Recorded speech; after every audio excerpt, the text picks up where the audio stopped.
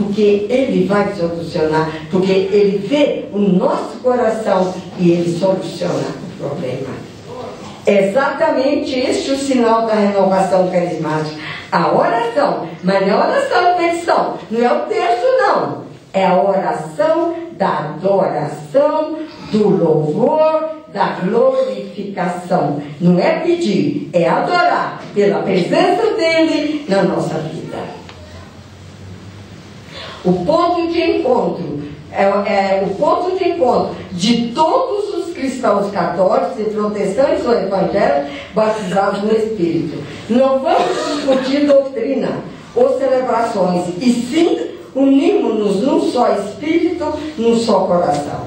É o último e grande sinal de que notamos que o Espírito Santo está purificando a igreja, está nos alertando para deixarmos de ser comodistas, preguiçosos e sonolentos, que nos orgulhamos de uma fé tradicional, árida, seca, sem obras, de um devocionismo frequentemente supersticioso e interessado, como vemos no Evangelho de Lucas 3.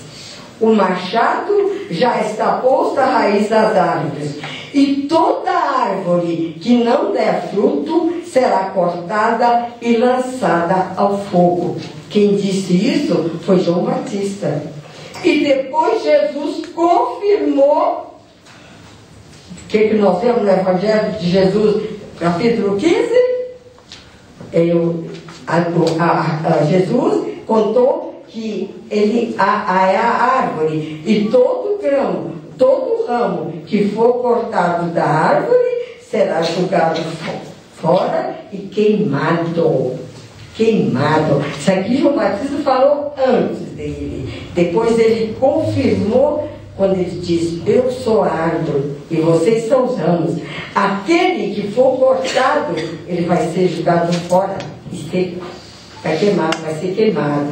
Então, gente, João Batista já nos advertia que muitas árvores estéreis, inúteis, serão cortadas. Precisamos entender que descobrimos um mundo novo, um mundo da verdade que Jesus nos revelou, que não aceitamos mais uma religião feita de santinhos, tradições seculares, orações decoradas, novenas para receber algum favor. Olha que coisa séria. Novenas para receber algum favor de Deus, promessas, processões e práticas piedosas. Precisamos acordar e começar a entender que se não aprendemos o beabá da Bíblia, não conseguiremos nos formar em nenhuma faculdade de Deus. Sempre seremos reprovados no vestibular. Olha, gente, o homem está fraco, mas está sério, viu? Olha que eu li ontem, eu falei: meu Deus, o negócio está sério. Então é isso aí. Será quem é que vai passar no vestibular de Deus? Gente? Será quem é que vai passar? E pior, que também não adianta conhecer a Bíblia seca, ficar citando versículo e capítulo, porque adianta não. É o amor maior, aquilo que nos leva a Deus, ao irmão e descobrindo a nós mesmos. Então vejam bem, presta atenção aqui. Temos que ter como exemplo duas grandes colunas da igreja, Pedro e Paulo. Dois antagonistas em vida. Vocês já viram a história de Pedro e Paulo? O Pedro tinha o maior ciúme do Paulo. Ele fazia tudo para atrapalhar o que Paulo estava preparando. Ele morria de ciúme. E, no entanto, foi escolhido por Jesus para ser o primeiro papa. Mas o Paulo, o Pedro pegava a circuncisão. E Paulo falou: uai, mas Jesus aboliu tudo, não precisa de circuncisão. Não precisa, circuncisão é morta. Ele viveu o tempo todo brigando com isso, com Paulo. Morreu assim, mas Deus viu o coração deles e viu. A igreja canonizou eles, mas eles estão lá como nós, como os outros. Né? Então é isso que nós temos que entender. Eles tiveram problemas sim, mas o coração deles era bom, eles ajudavam os outros, então Deus levou em conta e eles foram salvos. Estão lá como santos de Deus. Continuando, como dois antagonistas que em vida se estranhavam, mas que falavam a mesma linguagem que Deus quer que falemos hoje, ou seja, amar a Deus, amar o irmão, amar a si mesmo. Como vemos em Jesus, que nos fala em João 15, eu sou a videira verdadeira e meu pai é o agricultor. Todo ramo que não der fruto em mim, ele o cortará e podará todo aquele que der fruto, para que produza mais fruto. Gente, vocês não fazem ideia do tanto que ele está me podando, mas eu não estou nem aí. Ele está podando, mas eu estou levantando a cabeça. Ele está podando, mas eu estou levantando a cabeça. Falei, não adianta, a minha vida já está programada. Segunda, terça e quarta, eu estou lá firme para falar de Deus, para falar que você não pode comigo nem com ninguém. É isso aí. O problema tem, nossa, se eu for contar, você chora.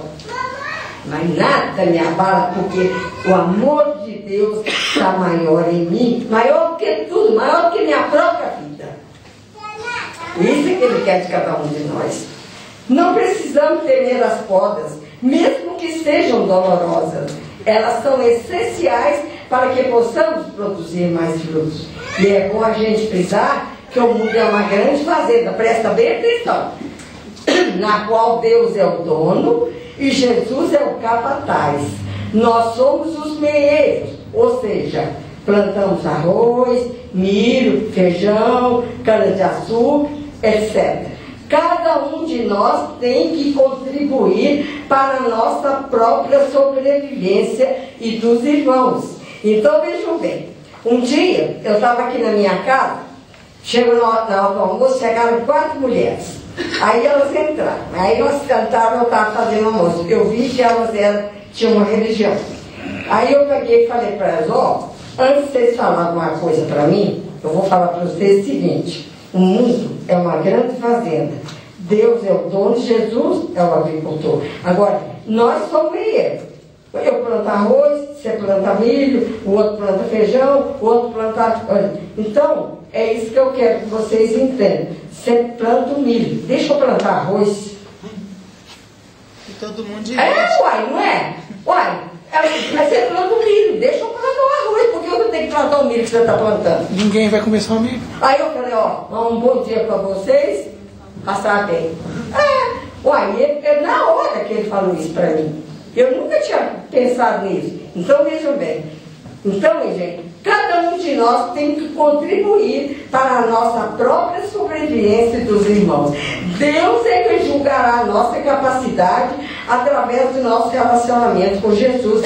E ainda em Lucas 13 ele continua dizendo, ele nos promoveu através de João Batista. Ele tomou a palavra dizendo a todos, João Batista, eu vos batizo na água, mas eis que vem outro mais poderoso do que eu, a quem não sou digno de desatar a correia das sandálias. Ele vos batizará no Espírito Santo e no fogo. É o que ele está fazendo conosco. Hoje, ele derramou fogo aqui sobre nós.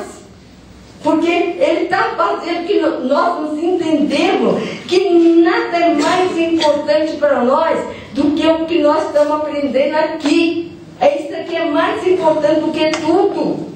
Tudo. Aí nós mudamos completamente o nosso modo de entender e pôr em prática o que a palavra nos ensina. Daí percebemos a diferença que existe entre os católicos carismáticos e os não carismáticos, ou seja, tradicionais. Os tradicionais continuam a crer que essa é uma das horas mais críticas da igreja, mais obscura, mais alarmante e insegura.